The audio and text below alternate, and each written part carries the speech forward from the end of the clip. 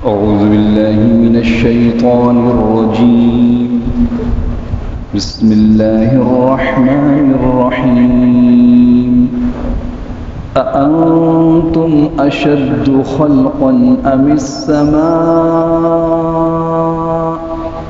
بناها رفع سمكها فسواها وأغطش لها وأخرج ضحاها والأرض بعد ذلك دحاها أخرج منها ماءها ومرعاها والجبال أرساها متاعا لكم ولأنعامكم صدق الله العظيم.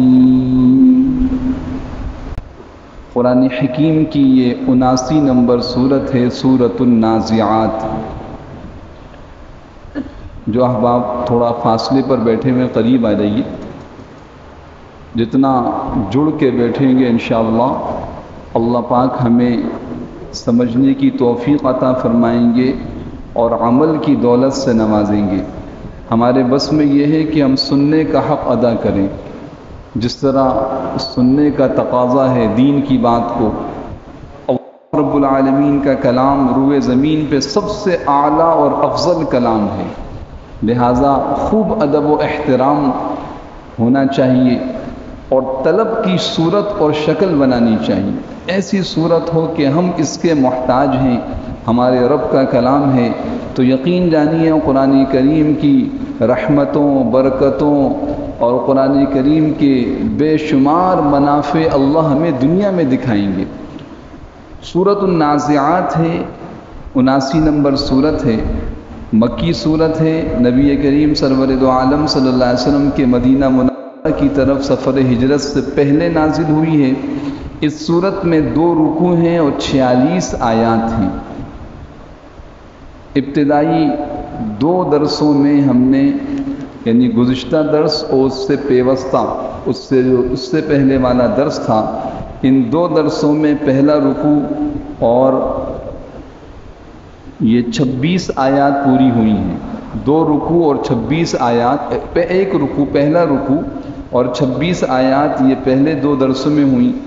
آج کے درس میں انشاءاللہ جو آیات تلاوت کی گئیں آیت نمبر 27 سے آیت نمبر 33 تک، یہ 7 آیات ہیں. آیت نمبر 27 سے آیت نمبر 33 7 آیات ہیں. آج کے درس میں انشاءاللہ یہ 7 آیات ان کا ترجمہ و تفسیر آئے گا.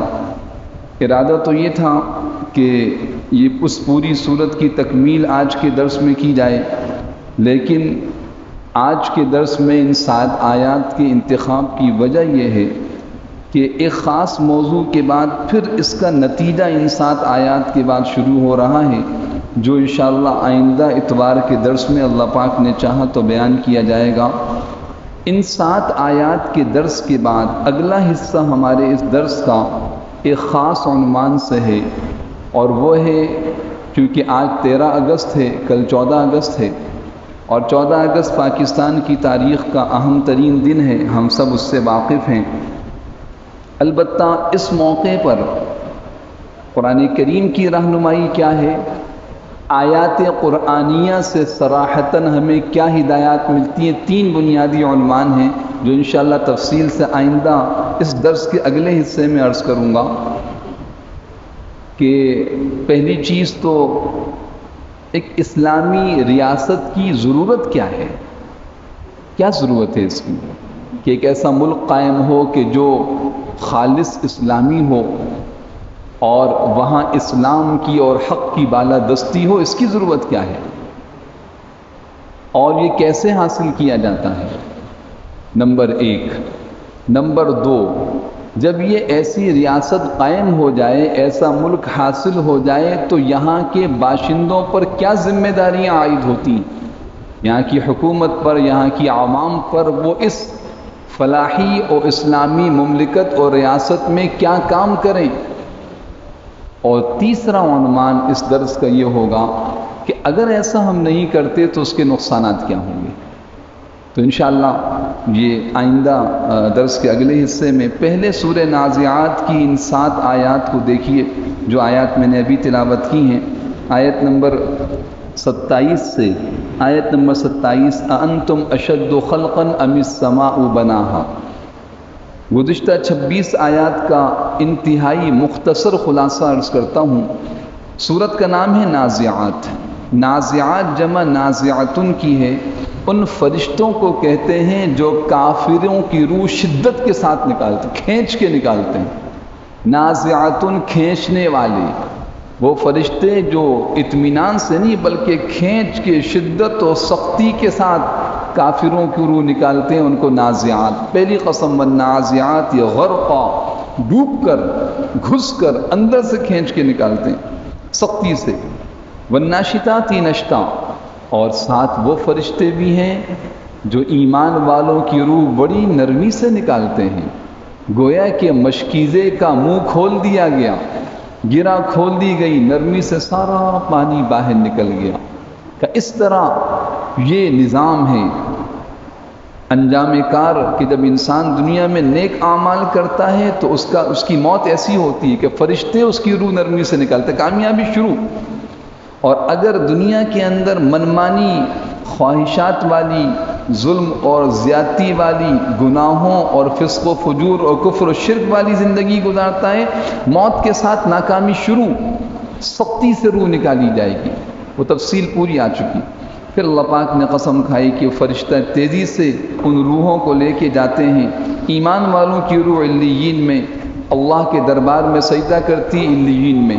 کافروں فاسقوں کی روح سجین میں، جہنم کا ایک ٹھکانہ، علیین جنت کا ایک مقام۔ یہ نظام چلتا رہے گا یہاں تک کہ کائنات میں زلزلہ آئے گا، یوم ترجف الراجفہ۔ یہ پورا میں گزشتہ 26 آیات کا خلاصہ عرض کر رہا ہوں تاکہ آنے والی 7 آیات کو ہم سمجھ سکیں۔ تو ایک زلزلہ آئے گا، سارا جو نظر آنے والا سارا نقشہ درم برم، کچھ نظر نہیں آئے گا، سب ختم۔ یہ 150 منزلہ عمارتیں بھی ختم، یہ سونے چاندی کے جواہرات کے خزانے بھی تباہ و برباد، یہ آسمان و زمین سب ختم۔ کچھ عرصہ گزرے گا، ایک اور سور پھونکا جائے گا اور انسان زمین سے نکلیں گے۔ اور کتنے انسان نکلیں گے؟ ہر انسان نکلے، ہر انسان جو آدم علیہ السلام کے زمانے سے، آدم علیہ السلام سے لے کر قیامت تک آخری انسان جو آئے گا زمین سے نکالا جائے گا۔ حالت کیا ہوگی؟ حالت ایمان والے خوش و خرم، اور کافر اور مشرک دل لرز رہے ہوں گے، آنکھیں جھکی ہوئی ہوں گی۔ یہ بات آپ صلی اللہ علیہ وسلم نے بیان فرمائی کیونکہ یہ وہ عقیدہ ہے جو انسان کی زندگی کو بدل کے رکھ دیتا، انقلابی عقیدہ، زندگی میں انقلاب پیدا کرتا ہے۔ زندگی جس رخ پہ گزر رہی تھی اس کو صحیح رخ پہ لے کے آتا ہے۔ اس لیے قرآن نے اس کو بار بار بیان کیا، موت اور موت کے بعد کی زندگی۔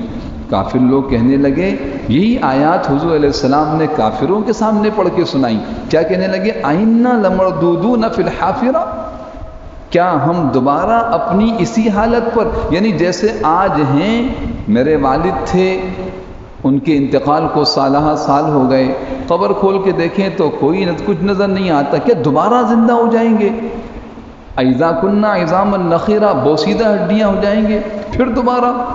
ایسا نہیں ہو سکتا۔ اور اگر ایسا ہوا تلک اذن کرۃ خاسرہ، اس سے بڑا نقصان تو کوئی ہے ہی نہیں، کیونکہ کفر، شرک، ظلم، زیادتی، نافرمانی میں زندگی گزاری تو اب سوائے ناکامی کے ان کے ہاتھ میں کچھ نہیں۔ اللہ پاک نے فرمایا تم کیا سمجھتے ہو یہ کوئی مشکل کام ہے؟ ایک آواز لگائیں گے ہم، صرف ایک آواز۔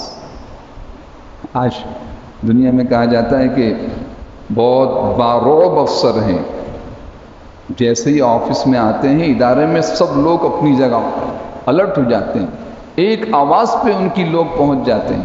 اللہ پاک فرما رہے ہیں تو انسان ہیں، کائنات کے خالق و مالک کی ایک آواز ہوگی، فَإِنَّمَا هِيَ زَجْرَةٌ وَاحِدَةٌ، نتیجہ کیا ہوگا؟ فَإِذَا هُمْ بِالسَّاهِرَةِ، ایک آواز اللہ کی طرف سے ہوگی، سارے انسان کھلے میدان میں کھڑے ہوں گے۔ یہاں تک اللہ پاک نے بیان فرمایا یہ ہم نے پہلے درس میں پچھلے سے پچھلے درس میں یہاں تک کی تفسیر بیان کی تھی کہ موت اور اس کے بعد کے حالات، یہاں تک کہ تم سب اپنے ساری زندگی کے اعمال کی جزا و سزا کے لیے اللہ کے سامنے ایک میدان میں کھڑے ہوگے، یہ سچی باتیں ہیں، اس میں کوئی غلط بیانی اور جھوٹ اور دھوکہ اور شک نہیں ہے۔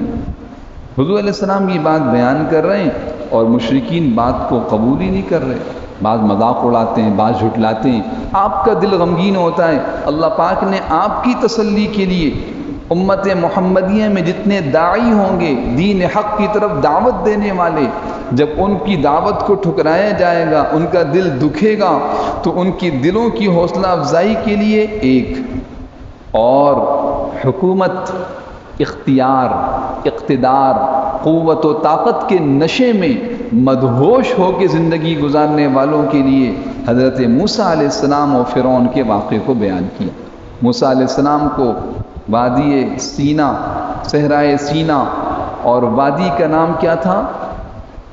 طوا، اور پہاڑ کا نام طور، وہاں پر نبوت عطا فرمائی، کہا جاؤ فرعون کے پاس، پہنچ گئے اور اس کو دعوت دینی شروع کی اور معجزے دکھائے، وہ عصا دکھایا اراہ الآیت الکبریٰ، اور اپنا ہاتھ دکھایا چمکتا ہوا، تو بجائے اللہ کو ماننے کے مخالفت، سرکشی، پیٹ پھیر کر کہتا ہے انا ربکم الاعلی، میں تمہارا سب سے بڑا رب تو میں ہوں، یہ موسیٰ کس رب کی دعوت دیتے ہیں؟ تو اللہ رب العالمین نے فرمایا پھر ہم نے اس کو پکڑا۔ اب فرعون کے تصور میں نہیں تھا کہ میں پکڑا جاؤں گا۔ مفسرین نے صاف لکھا ہے کہ جب بالکل وہ تباہی کے دہانے پر پہنچ گیا کہ اب اس سمندر میں اس نے ڈوبنا ہے، اس وقت بھی وہ اپنی سرکشی کے انتہا پر تھا اور کہنے لگا کہ یہ سمندر نے میرے لیے راستہ بنایا ہے۔ اللہ پاک نے فرمایا فَأَخَذَهُ اللَّهُ نَكَالَ الْآخِرَةِ وَالْأُولَى، اللہ نے اس کو پکڑا۔ کس میں پکڑا؟ دنیا و آخرت کی عبرتناک سزا۔ دنیا کی سزا آج تک اس کا جسم موجود، آخرت کی سزا جہنم کی شدید عذاب میں جلے گا۔ فرمایا ان فی ذالک لعبرۃ لمن یخشی، یہ فرعون کی پوری اس واقعے کے اندر نصیحت و عبرت ہے۔ عبرت ہے کس کے لیے؟ لمن یخشی، جو اللہ سے ڈرتا ہو، جس کے دل میں کوئی فکر ہو، احساس ہو۔ اور میرے محترم دوستوں، یہ جو ہماری مجلس، یہ قرآن کریم کی درس کی جو محفل ہے، در حقیقت ہم سب غفلت میں ڈوبے ہوئے۔ یہ قرآن سوئے ہوئے دلوں کو جگاتا ہے، مردہ دلوں میں زندگی پیدا کرتا ہے، بے حسوں میں احساس پیدا کرتا ہے۔ یہ ہمارے دلوں میں دین کی تڑپ اور طلب کو پیدا کرنے کی، اس لیے اس بات کی کوشش کی جائے کہ اپنی ضرورت سمجھ کے ایسی ایمانی مجلسوں اور محفلوں میں ہم بیٹھیں۔ تو آیت نمبر 26 کا خلاصہ، 26 تک کا خلاصہ، 26 آیات کا آپ کے سامنے آیا۔ اب آیت نمبر 27 دوبارہ مضمون آ رہا ہے کہ موت کے بعد تم دوبارہ زندہ کیے جاؤ گے۔ شبہ ہوا، خیال پیدا ہوا کہ کیسے زندہ کیے جائیں گے؟ ہم تو مٹی میں مل چکے، بوسیدہ ہڈیاں بھی ختم۔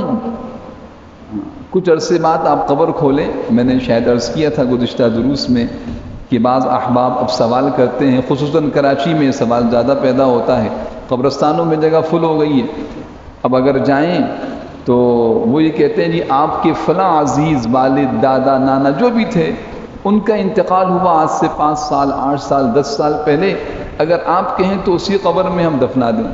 لوگ مسئلہ پوچھتے ہیں، حکم بھی یہی ہے کہ ٹھیک ہے آپ قبر کشائی کریں، قبر کھولیں، اگر وہ جسم موجود نہ ہو تو آپ اپنی دوسری میت کو وہاں دفنا سکتے ہیں، کوئی حرج نہیں۔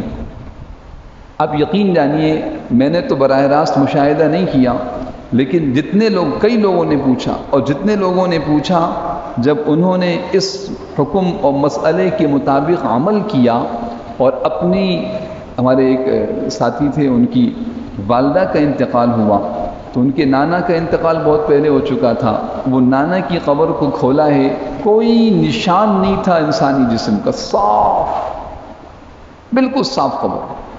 یہ کئی مثالیں، تو کافروں کو اسی پر تو حیرت تھی، اعتراض تھا اسی وجہ سے انکار کرتے تھے کہ جب ہم مٹی میں مل کے ختم، نہیں پتہ انگلی کہاں چلی گئی، آنکھیں کہاں گئیں، چہرہ کہاں گیا، پاؤں کہاں گئے، بال کہاں گئے، کھال کہاں گئی، سب ختم، جب اس کا کوئی نام و نشان نہیں تو دوبارہ کیسے اٹھائے جائیں؟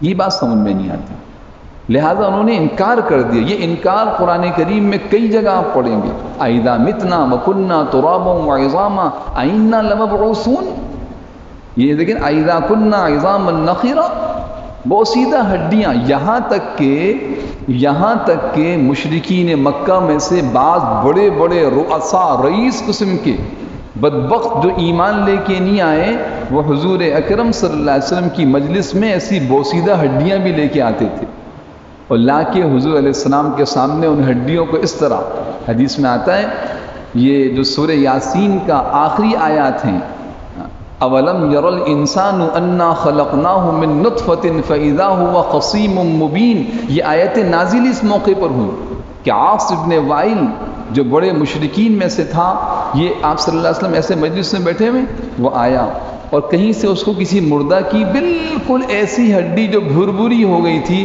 ہلکا سا ہاتھ لگائیں تو وہ ریزہ ریزہ ہو کے بکھر جائے، اڑ جائے، خاک نما ہڈی وہ لے کے آ گیا، اور حضور علیہ السلام کے سامنے اس نے اس ہڈی کو ایسے چورا چورا کر کے ہوا میں اڑایا اور کہا، اے محمد تم یہ کہتے ہو کہ تمہارا رب اس ہڈی کو دوبارہ زندہ کرے گا؟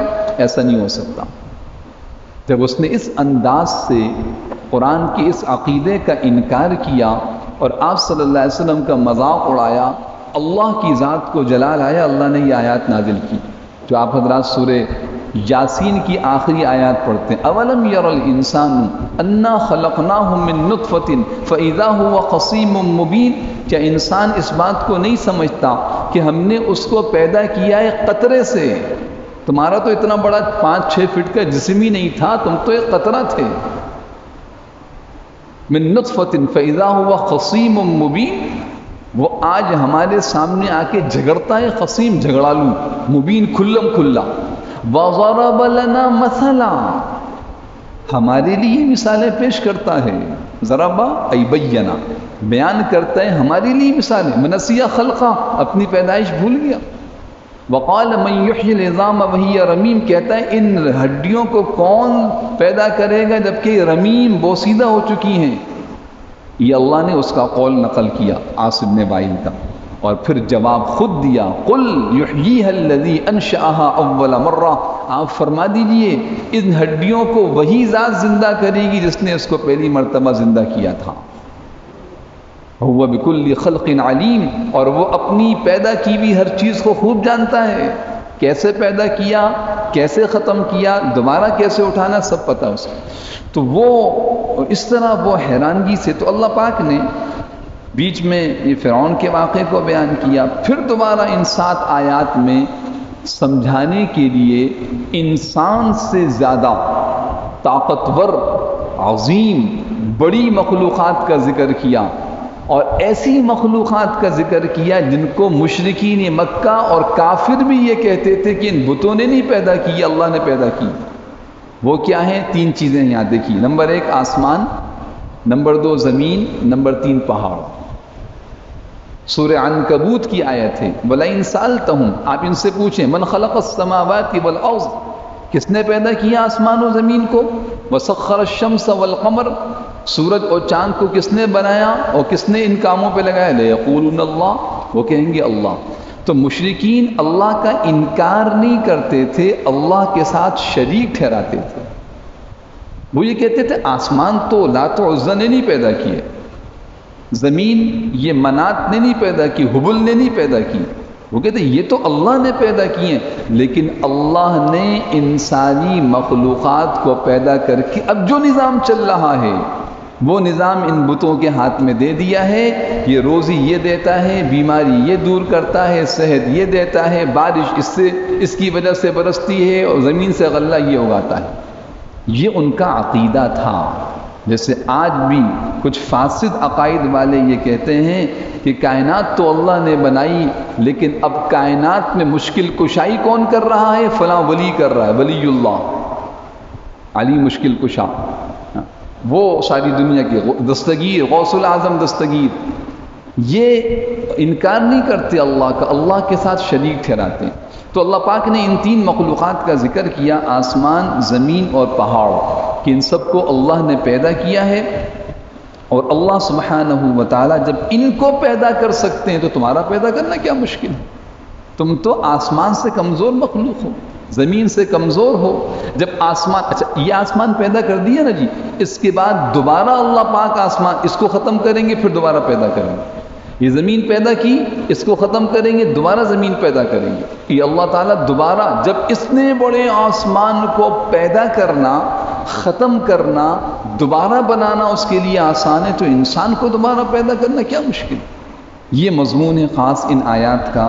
اب ترجمہ دیکھیے، اللہ پاک فرماتے اَأَنْتُمْ أَشَدُّ خَلْقًا أَمِ السَّمَاءُ، سوالیہ انداز ہے۔ اَأَنْتُمْ، کیا تم، اشد خلقاً، زیادہ سخت ہو، مشکل ہو پیدا کرنے کے اعتبار سے، ام یا السماء، آسمان، تمہارا پیدا کرنا زیادہ مشکل ہے یا آسمان کا؟ ترجمہ فرماتے ہیں حضرت مفتی تقی عثمانی صاحب دامت برکاتہم کہ اے انسانوں، کیا تمہیں پیدا کرنا زیادہ مشکل ہے یا آسمان کو؟ اَأَنْتُمْ أَشَدُّ خَلْقًا أَمِ السَّمَاء، بتاؤ، سوال ہے۔ یقیناً جواب یہی ہے کہ آسمان کو پیدا کرنا زیادہ مشکل ہے۔ بناہا، جواب دیا، اس لیے یہاں وقف کرنا بہتر ہے۔ اَأَنْتُمْ أَشَدُّ خَلْقًا أَمِ السَّمَاء، سوال، جواب، بناہا، بناہا، اللہ نے اس کو بنایا، یعنی آسمان کو۔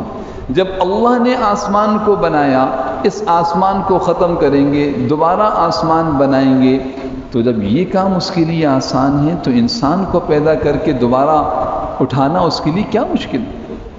آگے فرمایا رفع سم، کہا رفع، اس نے بلندی اٹھائی، اس کی بلند، رفع اٹھانا، اونچا کرنا، سم کہا آسمان کی چھت کو۔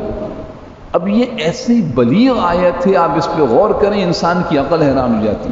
اللہ پاک نے سارے یہ نہیں کہا کہ آسمان کو اونچا کیا، نہیں کہ آسمان کی چھت کو، اس کی چھت کو، اونچائی کو اللہ اوپر کتنا اوپر لے گئے؟ آپ یقین جانیے جدید سائنس اس بات کا اعتراف کرتی ہے آسمان تک کوئی نہیں پہنچ پایا۔ سائنسی تحقیقات چل رہی ہیں، چلتی رہیں گی، اب تو قیامت قریب ہے، یعنی دنیا ختم ہونے والی ہے، کب سے تحقیقات ہو رہی ہیں، لوگ مریخ پہ پہنچ گئے، چاند پہ پہنچنے کے دعوے، آسمان کی فضاؤں کے اندر سیٹلائٹ اور سیارے چھوڑنے کی حقائق، یہ سب تسلیم، لیکن آسمان تک کوئی نہیں پہنچ پایا، نہ پہنچ سکے گا۔ آسمان بہت اوپر ہے، اس کی بلندی کو قرآن کی آیت بیان کر، رفع سم کہا۔ جب آسمان بنایا تو کیسے بنایا؟ پہلے اس کی بلندی اٹھائی، فسواہا، پھر اسے ٹھیک ٹھیک کر دیا۔ تمہیں آسمان میں کہیں کوئی پھٹن، کوئی پیوند کاری، کہیں کوئی ٹیڑھا میڑھا پن نظر نہیں آئے گا۔ سورہ ملک کا خلق سبع سماوات طباقا، 7 آسمان بنائے۔ اے مخاطب تم دیکھو، پھر دیکھو، پھر دیکھو آسمان کی طرف، ما ترى فی خلق الرحمن من تفاوت، تم رحمان کی پیدا کرے کیے ہوئے آسمان میں اتنا کوئی فرق نہیں دیکھو گے۔ ایسا آسمان بنایا، تو ایسا آسمان بنایا، اس کو بلند کیا، اس کو ٹھیک کیا، اور کتنے عرصے سے چل رہا ہے بھائی؟ کوئی بتا سکتا ہے؟ آسمان کی عمر کیا ہے؟ کوئی نہیں بتا سکتا۔ کب سے پیدا ہوا، چل رہا ہے، نہ کلر خراب ہوتا ہے، نہ اس کی بلندی میں کوئی کمی آتی ہے، نہ اس میں کوئی جھول آتا ہے، وہ جس طرح ہے اسی طرح ہے اور رہے گا۔ کب تک؟ اذا السماء انفطرت تک رہے گا، اذا السماء انشقت تک رہے گا۔ جب آسمان پھٹے گا قیامت کے دن تک یہ آسمان اسی طرح رہے گا۔ کس نے تھاما ہوا ہے؟ اللہ رب العالمین نے، وہ تمہیں نہیں پیدا کر سکتا؟ جی، وَأَغْطَشَ لَيْلَهَا وَأَخْرَجَ ضُحَاهَا، آسمان کے ایک ذیلی منظر کو بیان کیا۔ ذیلی منظر، آسمان ابھی بہت اوپر ہے، آسمان کے بہت نیچے ایک بہت بڑا ستارہ، اس کو سیارہ بھی کہتے ہیں، اصطلاحات ہیں فلکیات کی، وہ ہے سورج۔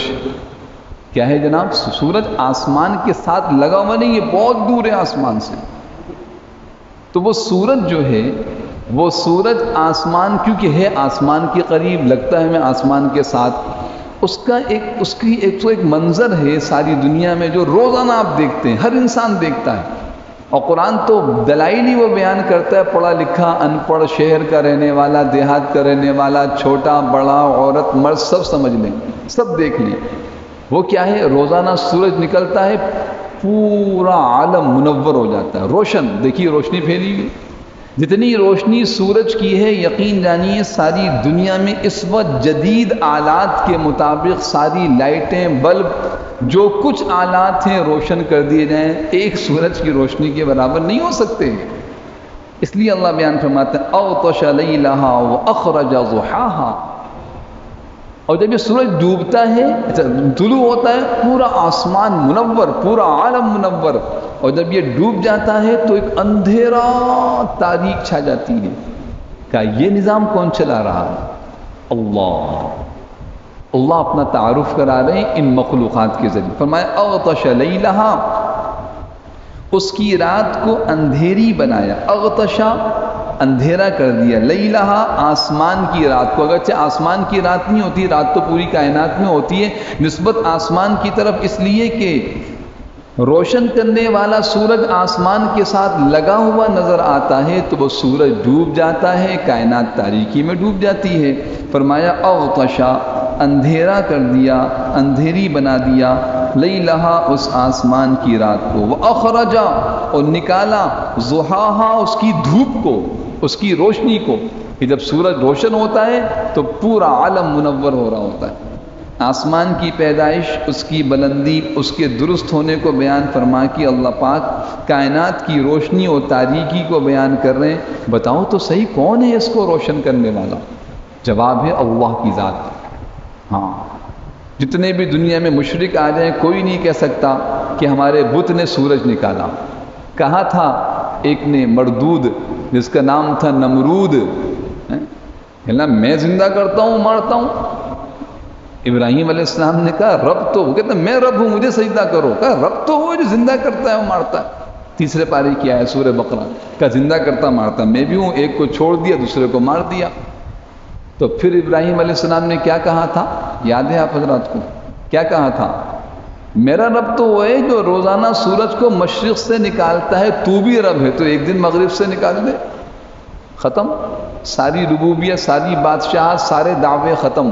ربی قال فإن اللہ یأتی بالشمس من المشرق فأتی بها من المغرب فبہت الذی کفر. تو یہ سورج کا مشرق سے نکالنا، مغرب میں ڈبانا، سورج کا روشن کرنا، کائنات کو منور کرنا، سورج کے ڈوبنے سے کائنات کا تاریکی میں چھا جانا کسی بت کے بس کی بات نہیں. مشرکین بھی تسلیم کریں گے کوئی ذات ہے جو اس کو کر رہی ہے. اب آپ جدید سائنس کی اندھیریوں میں ڈوب کر، روشنی نہیں اندھیرا ہی ہے جو رب تک نہ پہنچا سکے، وہ اندھیریوں میں ڈوب کے یہ کہیں کہ جناب اس وجہ سے اور اس وجہ سے اور کائنات کے تغیرات کی وجہ سے، یا قرآن پر ایمان لا کے کہیں کہ اللہ کی ذات کی وجہ سے یہ اللہ کر رہے ہیں. تو فرمایا وَأَغْطَشَ لَيْلَهَا وَأَخْرَجَ ضُحَاهَا. پھر فرمایا وَالْأَرْضَ بَعْدَ ذَلِكَ دَحَاهَا. آسمان بنایا، اب زمین کو دیکھو. کیوں؟ اگرچہ آسمان کی بلندی سمجھانے کے لیے کافی تھی، لیکن زمین کا ذکر کیوں کیا سنیے. اس لیے کیا کہ آسمان کی بنسبت میں اور آپ زمین کو اچھی طرح سمجھ سکتے ہیں.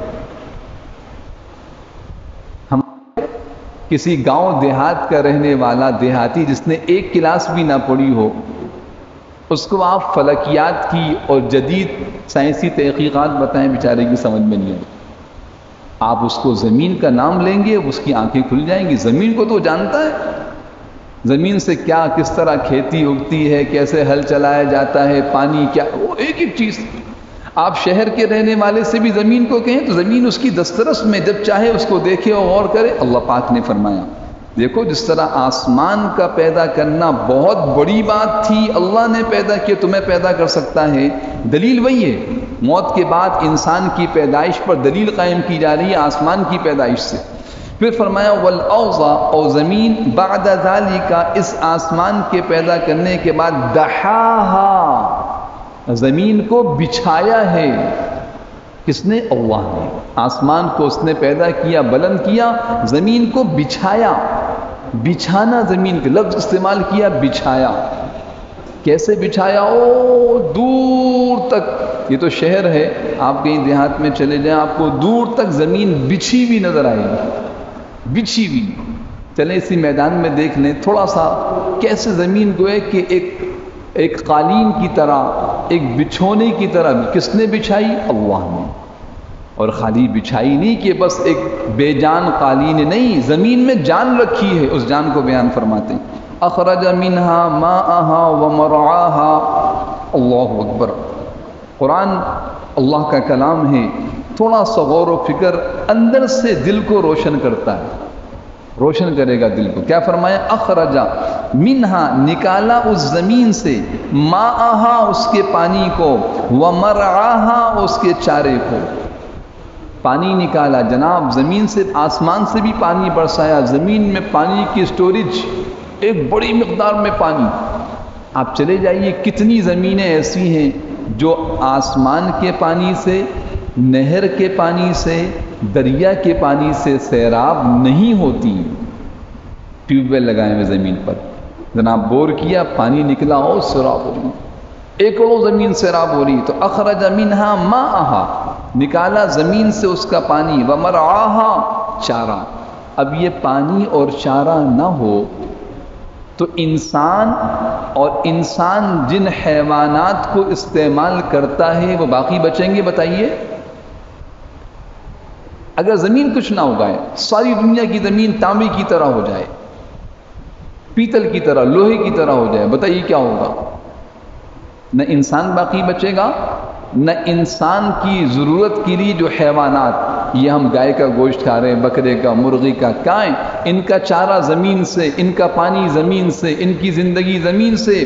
تو زمین بچھا تو دی لیکن یہ مردہ زمین نہیں ہے، اللہ نے اس زمین میں ان نعمتوں کو رکھا۔ یہ تو چھوٹی بیان کی، آگے کئی جگہ اور نعمتوں کو بیان فرمایا۔ معدنیات، جناب تھوڑی دیر میں ایک علاقے سے دوسرے علاقے پہنچ، کہاں ہے؟ موٹر سائیکل پہ گئے، گاڑی میں گئے، ٹرین میں گئے، ارے اس سے زیادہ 1 گھنٹے میں ایک ملک سے دوسرے ملک میں پہنچ گئے، ہوائی جہاز سے چلے گئے۔ وہ جو نکل رہی ہے ہوائی جہاز، اس کی معدنیات کہاں سے؟ زمین سے۔ اس کا پیٹرول زمین سے، اس کا آئل زمین سے، اس کا لوہا زمین سے، اس کی ہر چیز زمین سے، اس کی لکڑی زمین سے، اس کا تانبا پیتل زمین سے۔ تو اخرج والارض بعد ذلك دحاها، زمین کو بچھا دیا، اس کے بعد آسمان بلند کیا، زمین بچھائی، پانی نکالا، اس سے سبزہ اور چارہ کھانے کی چیزیں۔ اچھا زمین میں تو یہ چیز ہے، لیکن جناب زمین جو ہے وہ بچھائی گئی ہے کس کے اوپر؟ فرمائیے، سب ساتھی جاگ رہے ہیں؟ اگر کوئی سو رہے ہیں تو ان کو بیدار کر دیجیے، کسی کی آنکھ لگ گئی اگر تو۔ زمین کس پہ بچھائی گئی ہے؟ پانی پر۔ پانی پہ کوئی چیز رکھی جائے تو وہ ٹھہر جاتی ہے؟ آپ دیکھیے کشتی میں سفر کریں، آپ کو اندازہ ہو، نہیں جناب وہ ہلتی ہے۔ یہ تو کشتی کا پانی تھوڑا سا ہے، ساری زمین پانی کے اوپر بچھی ہوئی ہے اور زوردار پانی ہے، اور زمین ہل رہی تھی، اللہ پاک نے اس کو یعنی جمانے کے لیے، گاڑنے کے لیے کیا لگائے؟ پہاڑ۔ والجبال ارساہا، تم زمین پہ چند دن زندہ نہیں رہ سکتے تھے، ہم نے اس زمین کو رہائش کے قابل بنانے کے لیے ایک نظام قائم کیا پہاڑوں کا۔ پہاڑ کو والجبال اوتادا بیان کیا سورہ نبا کے اندر، اگلی سورت آ رہی ہے۔ اوتاد، میخ، کیل، بڑی بڑی کیلیں ہیں، یہ اللہ کی کیلیں ہیں، تو اللہ کتنے بڑے ہو، کہتے اتنی بڑی کیل ہے یہ، تو یہ پہاڑ اللہ کی کیل ہے جو زمین کو روک رہی ہے۔ فرمایا والجبال ارساہا، اور پہاڑوں کو گاڑ دیا زمین کے اندر، متاعا لکم ولانعامکم، تاکہ تمہیں اور تمہارے مویشیوں کو فائدہ پہنچے۔ متاع، نفع اٹھانا، فائدہ اٹھانا تمہارے لیے، ولانعامکم، تمہارے مویشیوں کے لیے۔ دیکھو انسانوں، تمہارے لیے رب نے یہ سارا انتظام کیا ہے، تم اب بھی رب کی بات نہیں مانتے۔ یہ ہے دعوت ایمان، دعوت حق، معرفت اور پہچان اللہ کی۔ تو متاعا لکم ولانعامکم، یہ آج کی 7 آیات درس کی پوری ہوئی۔ اللہ رب العالمین نے ان آیات میں کائنات میں آسمان زمین اور پہاڑ کی پیدائش کو بیان کیا، کچھ ان کے فوائد، دعوت فکر دی کہ اتنی بڑی بڑی مخلوقات کو ہم نے پیدا کیا تو تمہیں دوبارہ پیدا کرنا ہمارے لیے کوئی مشکل نہیں۔ یہ آسمان ختم کریں گے، دوبارہ آسمان پیدا کریں گے، سورہ انشقاق میں آپ پڑھ چکے ہیں۔ یہ زمین ختم کریں گے، دوسری زمین پیدا کریں گے۔ جب یہ آسمان و زمین کو ختم کر کے رب دوبارہ بنا سکتے ہیں، انسانوں کو بنانا کیا مشکل ہے؟ تو یقین رکھو کہ موت کے بعد کی زندگی ہے، دوبارہ اٹھایا جانا ہے، جو کچھ دنیا میں تم نے کیا ہے اس کا جواب، سزا و جزا ہے، اس کا انکار نہیں۔ جب اس کا یقین پیدا ہوگا تو بتائیے پھر کوئی اللہ کی نافرمانی کرے گا؟ کوئی چھپ کے بھی کسی پر زیادتی اور ظلم کرے گا؟ کوئی قوت و طاقت، جبر اور ظلم کے پہاڑ توڑے، اسے پتہ ہے پیچھے جواب دینا ہے، پکڑ بڑی سخت ہے۔ تو قرآن اس کو بار بار بیان کرتا ہے۔ ان آیات کو ایک مرتبہ میرے ساتھ پڑھ لیجئے تاکہ اس درس کی تکمیل ہو، اور اگلی ایک دو آیات آپ کے سامنے بیان کی جائیں۔ اعوذ باللہ من الشیطان الرجیم، بسم اللہ الرحمن الرحیم۔ أأنتم أشد خلقا أم السماء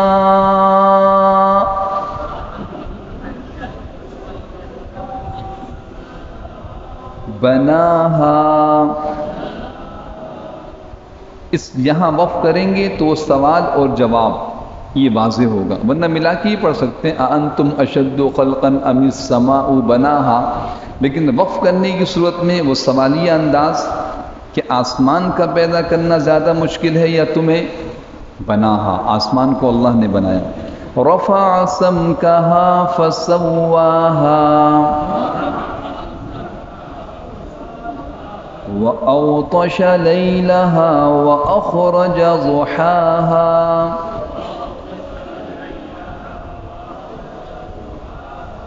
والأرض بعد ذلك دحاها أخرج منها ماءها ومرعاها